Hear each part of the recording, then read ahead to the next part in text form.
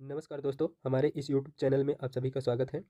आज हम लेकर आए हैं मध्य प्रदेश पुलिस कांस्टेबल भर्ती 2025 के जो 30 अक्टूबर के प्रथम शिफ्ट में जो मैथ के क्वेश्चन पूछे गए हैं, वे क्वेश्चन हम लेकर आए हैं। ये क्वेश्चन सेंटर से रिव्यू के माध्यम से हमको मिला है और कुछ दोस्त जो हैं हमारे, जो कि पेपर देने गए हुए थे, उनसे क्वेश्चन हमने लिया हुआ है। ठीक है, तो चलिए, जैसे कि थंबनेल में पहला क्वेश्चन आप लोगों को दिख ही रहा होगा। ठीक है, तो चलिए ज़्यादा देर न करते हुए पहले क्वेश्चन की ओर हम आपको ले चलते हैं। तो देखिए, पहला क्वेश्चन है, तो ये रहा पहला क्वेश्चन। पहला क्वेश्चन, किसी वृत्त की स्पर्श रेखा, है ना, ये देखिए एमपी पुलिस कांस्टेबल 30 को आया हुआ था। ठीक है, तो पहला ऑप्शन दिया गया है, वृत्त को एक बिंदु पर स्पर्श करती है। दूसरा ऑप्शन है, वृत्त को दो बिंदु पर काटती है। तीसरा ऑप्शन है, वृत्त को दो बिंदु पर स्पर्श करती है। चौथा है, केंद्र से होकर करती है। मान लीजिए एक ये वृत्त है, ठीक है, उसको क्या बोला है, किसी वृत्त की स्पर्श रेखा। स्पर्श रेखा जो है तो वो किसी एक बिंदु पर ही ना स्पर्श करेगी। जैसे मान लीजिए कि यहाँ से गुजरा तो एक बिंदु पर ही स्पर्श करेगी, इधर से गुजरा तो एक बिंदु पर ही स्पर्श करेगी, यहाँ से गुजरा तो एक बिंदु पर ही। तो इसका सही ऑप्शन हो जाएगा ये, वृत्त को एक बिंदु पर स्पर्श करती है। ठीक है, अगला क्वेश्चन है, यदि एक शंकु और अर्धगोले का आयतन बराबर है और दोनों की त्रिज्या भी बराबर है तो शंकु की ऊंचाई और अर्धगोले की त्रिज्या का अनुपात ज्ञात कीजिए। तो देखिए, बहुत ही सरल है।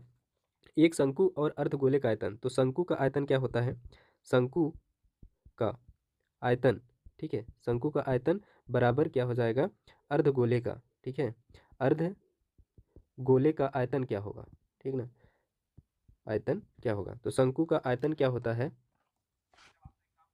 तो देखिए, शंकु का आयतन कितना होता है, आप सभी को पता ही होगा, 1/3 पाई आर स्क्वायर एच होता है। ठीक है, और अर्धगोले का क्या होता है, 2/3 पाई आर क्यूब होता है। ठीक है, अब देखिए ए, अब देखिए इसको किसे काटेंगे, 3 से 3 कट गया। ठीक है, पाई से पाई कट गया। ठीक है, अब बचा यहाँ देखिए आर स्क्वायर है, यहाँ आर 3 है, तो 2 आर इसमें से चला गया तो बचा कितना, 1 आर बचा। तो यहाँ पर क्या बचा, एच बचा हुआ है, और इसमें क्या बचा है, 2 आर बचा है, क्योंकि यहाँ 1 आर बचा हुआ था। ठीक है, अब देखिए ये 2 के साथ गुणे में है तो इधर आएगा तो क्या हो जाएगा, बटे में हो जाएगा, और इधर 2 है। अब इसके बटे में कुछ नहीं तो क्या मान लेंगे हम, 1 मान लेंगे। ठीक है, उनने पूछा क्या कि शंकु की ऊंचाई और अर्धगोले की त्रिज्या का अनुपात, तो ये शंकु की ऊंचाई रहा और ये अर्धगोले का त्रिज्या रहा था, इनका अनुपात कितना हो गया, 2:1 हो जाएगा। ठीक है, ऑप्शन नंबर हमारा किस में दिया गया है, ऑप्शन नंबर तीसरा करेक्ट हो जाएगा, 2:1। बहुत ही लट्टू क्वेश्चन आए हुए थे दोस्तों। चलिए अगला क्वेश्चन देखते हैं। अगला क्वेश्चन आया था, एक अर्धगोला की त्रिज्या 21 सेंटीमीटर है, उसे पिघलाकर शंकु में बदल जाता है तो शंकु की ऊंचाई 42 सेंटीमीटर है, तो शंकु की त्रिज्या क्या हो जाएगी। देखिए, अर्धगोले का त्रिज्या अभी हमने आपको बताया कि अर्धगोले का आयतन क्या होता है। ठीक है, अर्धगोले का आयतन क्या होता है, अर्धगोले का आयतन क्या होता है, 2/3 पाई आर क्यूब होता है, और शंकु का आयतन कितना होता है, 1/3 पाई आर स्क्वायर एच होता है। ठीक है, अब देखिए वही चीज़ है, इसको 3 से 3 से काट देंगे अगर काटना है तो, लेकिन 1/3, ठीक है, 1/3 दे रखा है, ये 2/3 और 1/3 दे रखा है, तो देखिए पाई से पाई काट देंगे। ठीक है, कट गया, है ना। अब क्या करेंगे, इस 3 से इस 3 को कट कर देंगे, बचेगा यहाँ 2 आर क्यूब, अब यहाँ क्या बचेगा, आर स्क्वायर एच बचेगा। ठीक है, अब देखिए 2 है 2, अब ये हमारा क्या था, क्या था, अर्धगोले का त्रिज्या था, तो अर्धगोले का त्रिज्या कितना दे रखा, 21 सेंटीमीटर दे रखा, तो 21 सेंटीमीटर का घात 3 दिया है त्रिज्या ना, तो इसको 3 बार लिख लेंगे हम, 21 × 21 × 3। फिर यहाँ 42 सेंटीमीटर इसका ऊंचाई दे रखा है, आर तो त्रिज्या तो दिया नहीं रखा। ठीक है, ऊंचाई दिया है कितना, 42 सेंटीमीटर। ठीक है, अब देखिए 21 दूनी 42, ठीक है, 21 दूनी 42, और ये 42 42 42 क्या हो जाएगा, आपस में कट जाएगा। यहाँ बचा 21 × 21, यानी कि 21 का स्क्वायर बचा, और इधर क्या है, आर स्क्वायर। देखिए इधर यहाँ से स्क्वायर, ठीक है, यहाँ से स्क्वायर उड़ जाएगा, यहाँ से स्क्वायर बढ़ जाएगा, तो बचेगा क्या, 21 बराबर यार, यानी कि इसका त्रिज्या, शंकु की त्रिज्या जो है वो कितना है, 21 है, यानी कि ऑप्शन नंबर 4 हमारा करेक्ट हो जाएगा। ठीक है दोस्तों, उम्मीद है आप सभी को समझ में आ रहा होगा। ठीक है, अगला क्वेश्चन देखते हैं। अगला क्वेश्चन है, यदि त्रिभुज की भुजाएं 5, 12, 13 सेंटीमीटर है तो त्रिभुज का क्षेत्रफल ज्ञात कीजिए। देखिए, ये 5, 12, 13 एक ट्रिपलेट है। ठीक है, मान लेते हैं एक त्रिभुज है ये। ठीक है, ये क्या है, एक त्रिभुज है, तो सबसे बड़ी त्रिभुज, सबसे बड़ी भुजा 13, और ये 5, 12 कहीं भी आप लिख सकते हैं। ठीक है, अब इसका सूत्र क्या होता है, ये समकोण त्रिभुज हो गया। ट्रिपलेट किस में बैठता है, समकोण समकोण त्रिभुज पे बैठता है। ठीक है, समकोण त्रिभुज का क्षेत्रफल का सूत्र क्या होता है, 1/2 आधार आधार गुणे ऊंचाई होता है। ठीक है, आधार गुणे ऊंचाई, तो 1/2 हुआ, आधार कितना है 12 हुआ और ऊंचाई कितना है 5 हुआ। अब इसको काटेंगे, 12 पंचे 60 हुआ और बटे में 2, इसको काटेंगे तो कितना आएगा 30 सेंटीमीटर, ठीक है, 30 सेंटीमीटर स्क्वायर, यानी कि ऑप्शन नंबर बी हमारा करेक्ट हो जाएगा। ठीक है दोस्तों, उम्मीद है आप सभी को समझ में आ रहा होगा। अगला क्वेश्चन है, उसी प्रकार यदि त्रिभुज की भुजाएं 15, 20 और 25 सेंटीमीटर है तो त्रिभुज का क्षेत्रफल, ये भी एक ट्रिपलेट ही है, यानी कि सबसे बड़ी भुजा हमारी क्या है 25 है और ये 15 और 20 कहीं भी रख सकते हैं। ठीक है, अब इसका सूत्र क्या होता है समकोण त्रिभुज के क्षेत्रफल का, 1/2 आधार गुणे ऊंचाई होता है। ठीक है, क्या होता है आधार गुणे ऊंचाई।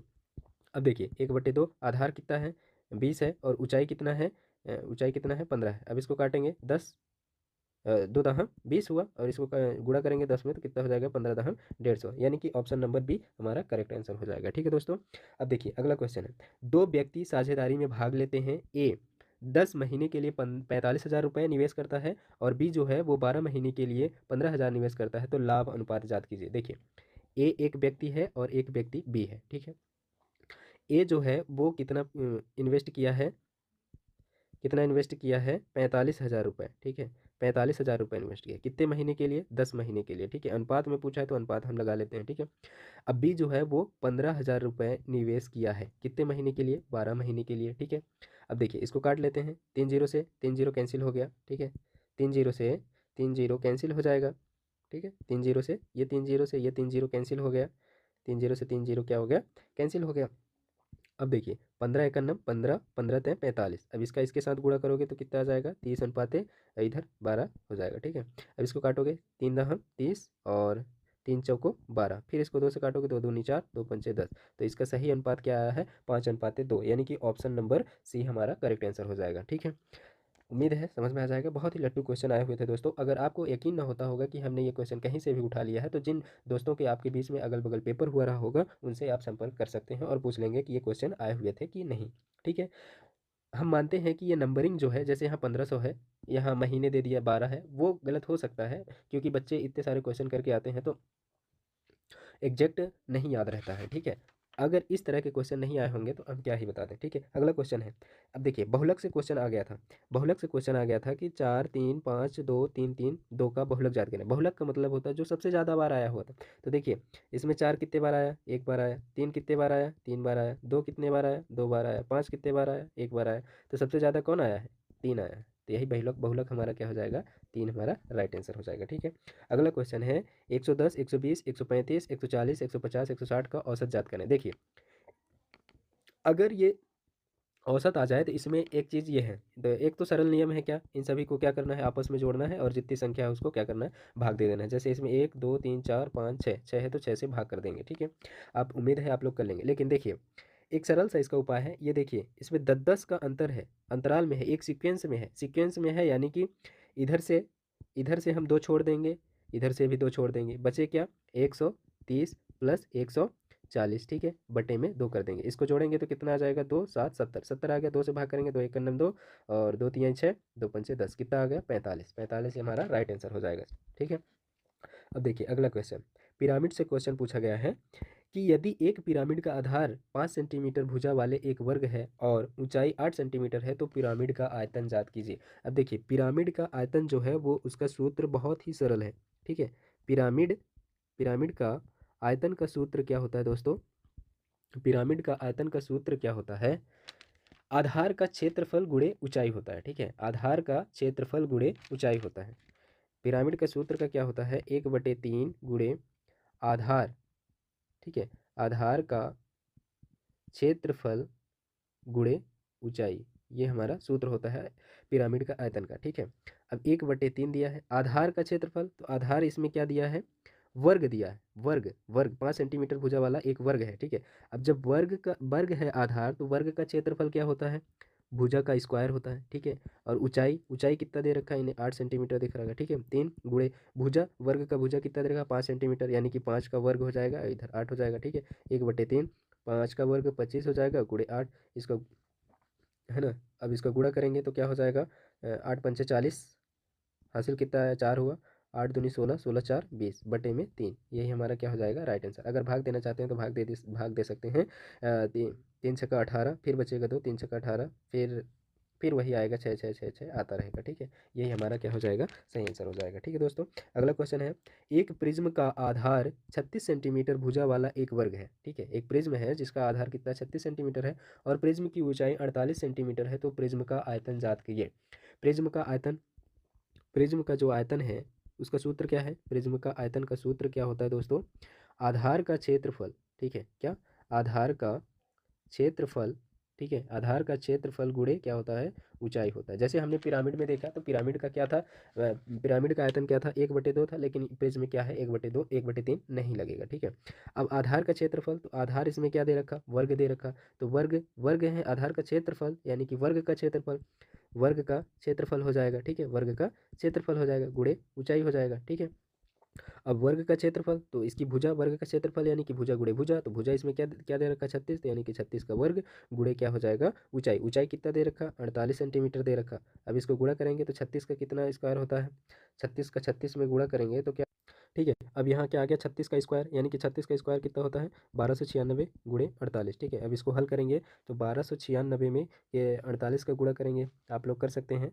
1296 में 48 का गुणा करेंगे तो कितना आएगा, लगभग 62,208 आएगा। ठीक है, कितना आएगा, 62,208 आएगा। यही क्या हो जाएगा, सही आंसर हो जाएगा। ठीक है, उम्मीद है आप सभी को समझ में आता रहा होगा। ठीक है, वीडियो अच्छे लगे तो लाइक सब्सक्राइब करें और कमेंट करें और शेयर करें ज़्यादा से ज़्यादा, ताकि आप दोस्त अभी आपके सभी दोस्तों तक ये वीडियो पहुंच सके और सभी को पता चल सके कि किस तरह के मैथ के क्वेश्चन आते हैं। ठीक है, अगला क्वेश्चन है, यदि प्रिज्म का आधार क्षेत्रफल, प्रिज्म का आधार क्षेत्रफल जो है 152 वर्ग सेंटीमीटर है तथा इसकी ऊंचाई 16 सेंटीमीटर है, तो प्रिज्म का आयतन ज्ञात करें। ठीक है, अब वही प्रिज्म का आयतन क्या रखा, प्रिज्म का आयतन।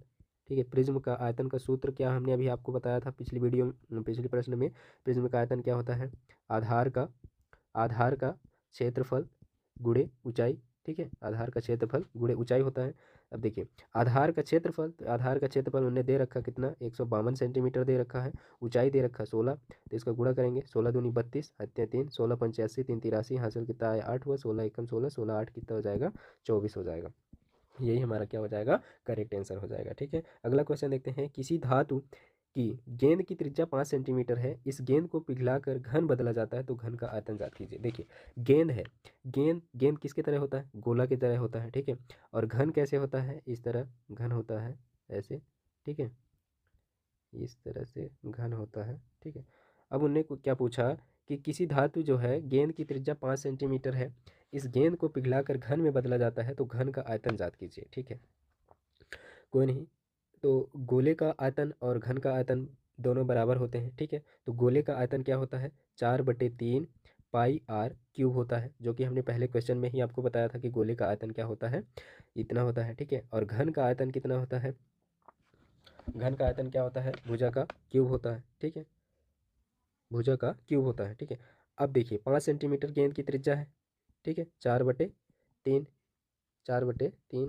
ठीक है, तो घन का आयतन ज्ञात करेंगे, तो घन का आयतन हमको ज्ञात करना है, ये जब जब गोले की जो है वो गोले का, गोले का क्षेत्रफल और अ, घन का आयतन बराबर है दोनों, अगर हम घन गोले का क्षेत्रफल ज्ञात कर लेंगे तो वो घन का आयतन अपने आप निकल जाएगा। ठीक है, अब देखिए 4/3, पाई का मान क्या होता है 22/7 होता है। ठीक है, और आर, आर कितना दे रखा 5 सेंटीमीटर, यानी कि 5 का क्यूब दे रखा है। ठीक है, अब 4/3 गुणे 22/7 गुणे में 5 का करेंगे तो कितना हो जाएगा 125 हो जाएगा। ठीक है, अब इसका गुणा करेंगे तो क्या होगा, गुणा करेंगे तो क्या आएगा, देखिए 4 में इसका गुणा करेंगे तो कितना हो जाएगा 88 गुणे 125 बटे में 7×3 = 21। ठीक है, अब इसको हल करिए तो 88 में हल करेंगे तो क्या आएगा, 88 में 88 में 125 का गुणा करने पर, ठीक है, तो कितना आएगा 11,000 आएगा। ठीक है, बटे में 21। अब 21 को भाग देने पर क्या आएगा, 21 को भाग देने पर आएगा 523.8095। ठीक है, 80, 523.595। ठीक है, ऐसे कुछ करके आएगा, आप लोग इसको कर सकते हैं। ठीक है, वीडियो ज़्यादा लंबी हो जाएगी इसलिए हम गुणा नहीं करते जल्दी जल्दी। ठीक है, तो चलिए अगला क्वेश्चन देखते हैं। ये देखिए, ये बॉड मॉस का आ गया है। ठीक है, इसको तो आप सब लोग लगा ही लेंगे। ठीक है, अब देखिए बॉड मॉस का नियम क्या कहता है, बॉड मॉस का जो नियम है, ठीक है, बॉड मॉस का नियम क्या कहता है, बॉडमास का नियम क्या कहता है कि पहले ब्रैकेट, ठीक है, तो ब्रैकेट के अंदर, ठीक ना, ब्रैकेट के अंदर, और वो भी फिर डिवाइड करना है, ठीक है, ब्रैकेट के अंदर। तो इसका इसके साथ भाग करेंगे तो कितना आएगा, 12 आएगा, माइनस इसका इसके साथ भाग करेंगे तो 6×5 = 30, यानी कितना आया, 7×5, ठीक है, प्लस इसका इसके साथ जोड़ करेंगे तो कितना आएगा, 9, 9 का 8 के साथ गुणा करेंगे तो क्या हो जाएगा, 8×5 = 40, यानी कि 9×8, है ना, प्लस 8 में 8 का भाग करेंगे तो कितना आएगा, 1 आएगा, ठीक है, -8 और इधर +12, ठीक है। अब देखिए प्लस का 12 है, प्लस इधर 12 प्लस 5×7 = 35 प्लस 9×8 = 72 और ये प्लस 1 जुड़ जाएगा तो कितना हो जाएगा, 73 -8 सॉरी, यहाँ पे माइनस दे रखा है, यहाँ पे क्या दे रखा, माइनस दे रखा है, ठीक है।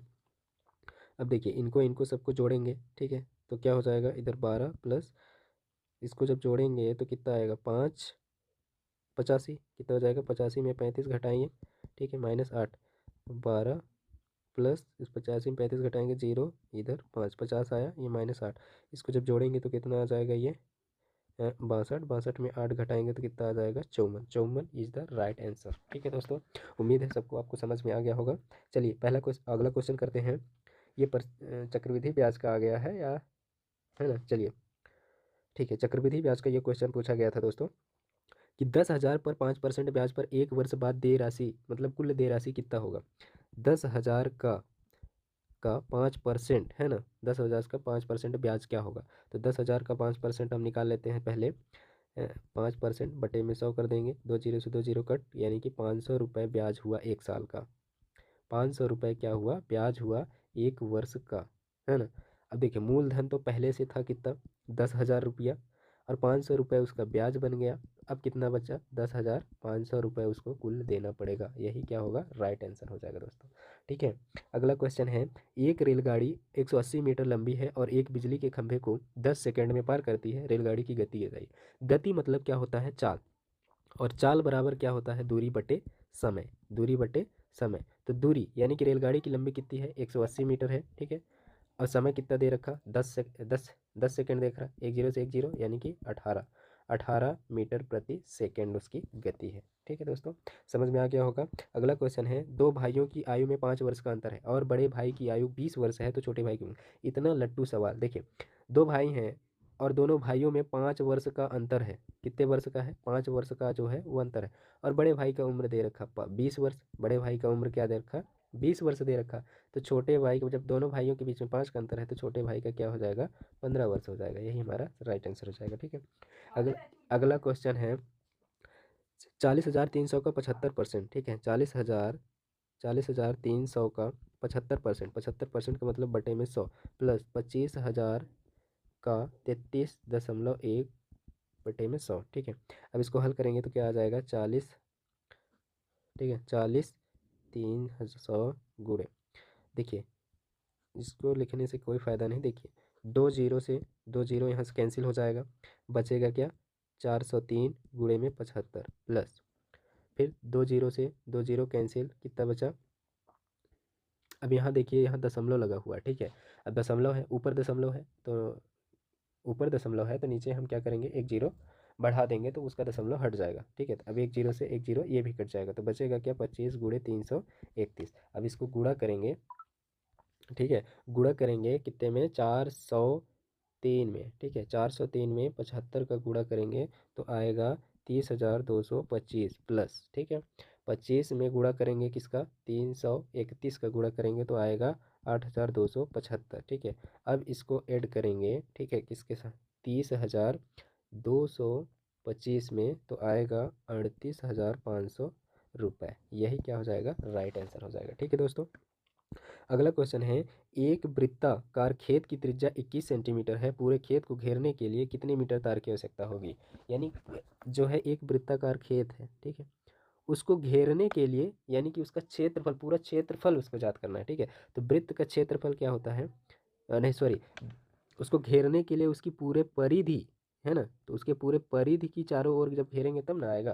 तो क्षेत्रफल का वृत्त की परिधि बराबर क्या होता है, 2 पाई आर, ठीक है, 2 पाई आर होता है। तो 2 गुणे 22/7 आर कितना दे रखा ये, यही इसको आगे सॉल्व करेंगे तो ठीक है। अब इसको हल करेंगे तो 7 एकम 7, 7 त्रिक 21, यानी कि 2 गुणे 22 गुणे 3। ठीक है, अब इसको हल करेंगे तो 2 तिहाई 6, 6 गुणे 22, इसको हल करेंगे तो 6 दूनी 12, 6 दूनी 12 1 13, कितना आएगा 132 इज द राइट आंसर। ठीक है, अगला क्वेश्चन है 240 मीटर लंबी एक रेलगाड़ी एक खंभे को 12 सेकंड में पार करती है, तो मीटर प्रति सेकंड में रेलगाड़ी की ज्ञात कीजिए। देखिए 240 मीटर लंबी एक रेलगाड़ी, गति यानी कि फिर से वही चाल पूछ लिया है, गति यानी चाल, चाल बराबर क्या होता है, दूरी बटे समय होता है। क्या होता है, दूरी बटे समय होता है। ठीक है, अब दूरी बटे समय होता है तो देखो दूरी कितना दे रखा 240 मीटर दे रखा, और ये 12 सेकंड दे रखा। इसको काटेंगे 12 एकम 12, 12 दूनी 24, तो इसका आंसर क्या आ जाएगा 20 मीटर प्रति सेकंड में, प्रति सेकंड में ही दे रखा है। अगर उनने पूछता है किलोमीटर में तो हम क्या करते 5/18 का गुणा करते। ठीक है दोस्तों, चलिए तो 20 मीटर प्रति सेकंड ये सही आंसर हो जाएगा। ठीक है, अगला क्वेश्चन है फिर से ये बोर्ड मॉस का आ गया, तो इसको हल करिए। कोष्टक का है तो 6 36 78, यानी कि 6 36 प्लस ये 78 रखा रह जाएगा। ठीक है, गुणे में 3 प्लस 9×5 = 45, 15 माइनस 9×5 = 45, तो यहाँ 5 आएगा, माइनस 8 दूनी 16, 2 आ जाएगा। ठीक है, इसका गुणा करेंगे तो कितना हो जाएगा 8×6 = 14, 84, 84 गुणे में 3 प्लस इसको करेंगे तो 10 आएगा, माइनस का 2, उसके गुणेंगे 4, 4 3 12, 8 त्रिक 24, 24 1 25, 252 प्लस इसका वो करेंगे तो कितना आ जाएगा 8 आएगा, 8 8 आ गया, इसको जोड़ेंगे तो 260 इज द राइट आंसर। ठीक है, तो धन्यवाद दोस्तों, उम्मीद है सारे क्वेश्चन समझ में आए हुए होंगे। ठीक है, इसी तरह से इस वीडियो को आगे शेयर करिए अपने दोस्तों को, ताकि सभी दोस्तों को पता चल सके कि किस तरह के वीडियो आए हैं, और हमारा ये एनालिसिस कैसा लगा आप सभी लोग कमेंट